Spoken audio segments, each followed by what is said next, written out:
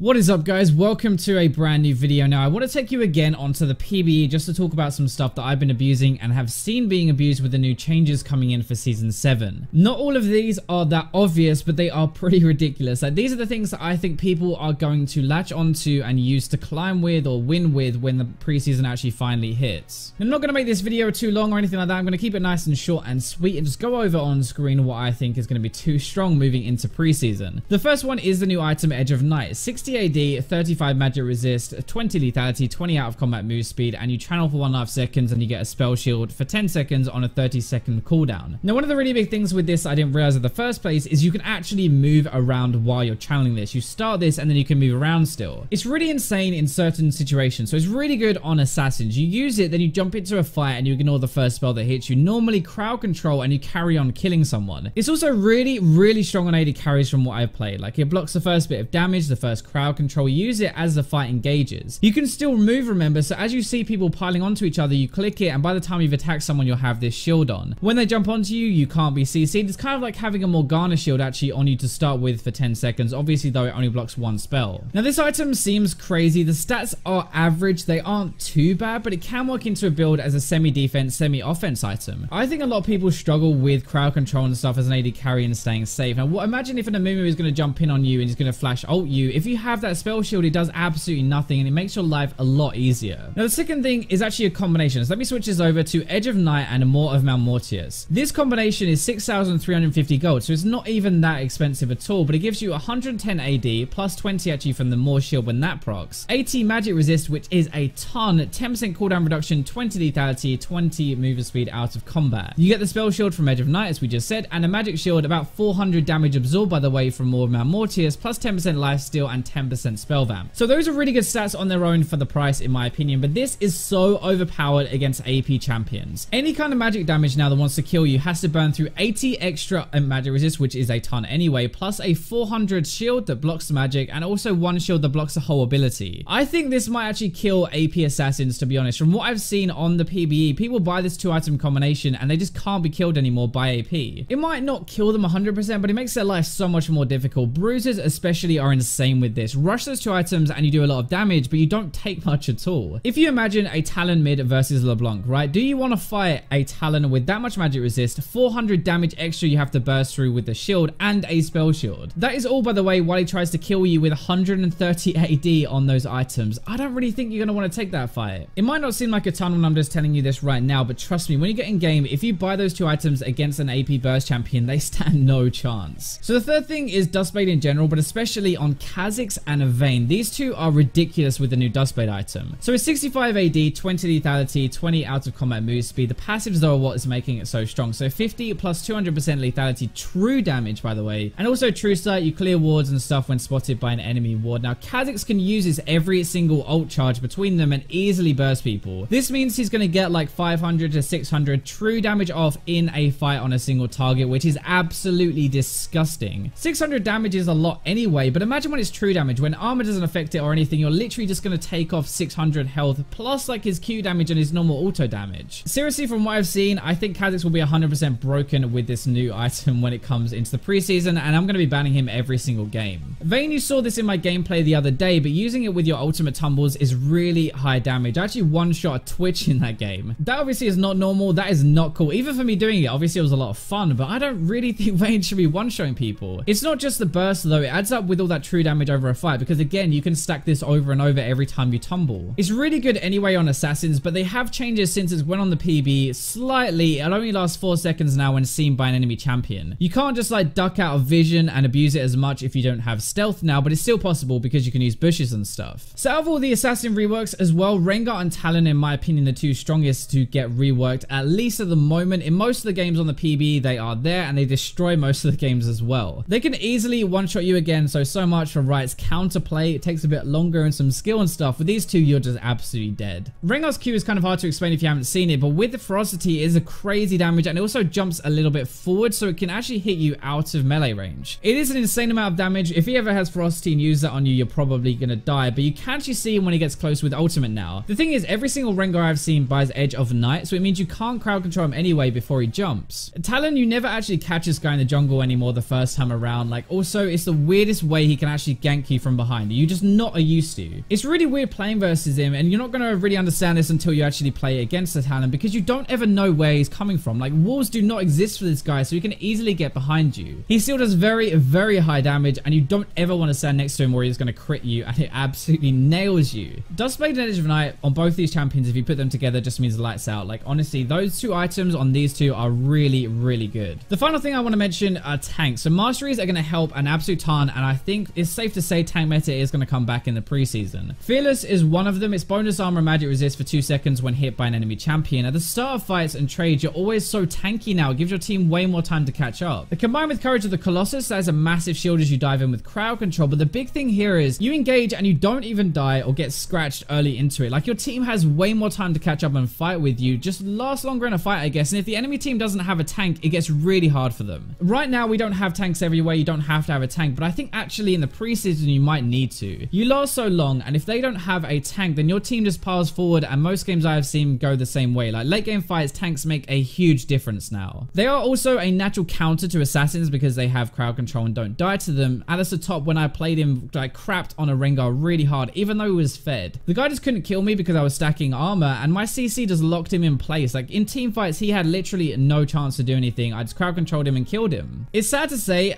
kind of, but I think especially in the jungle, probably top lane as well, we are going back to tanks to counter the influx of assassins now. So I hope you guys enjoyed this video. This is a bit different to what I normally do because I'm just trying to catch you up to speed with what's going on the PB and what I think is really too strong. But thank you very much for watching until the end if you have, and for now, I'll leave you with the robots.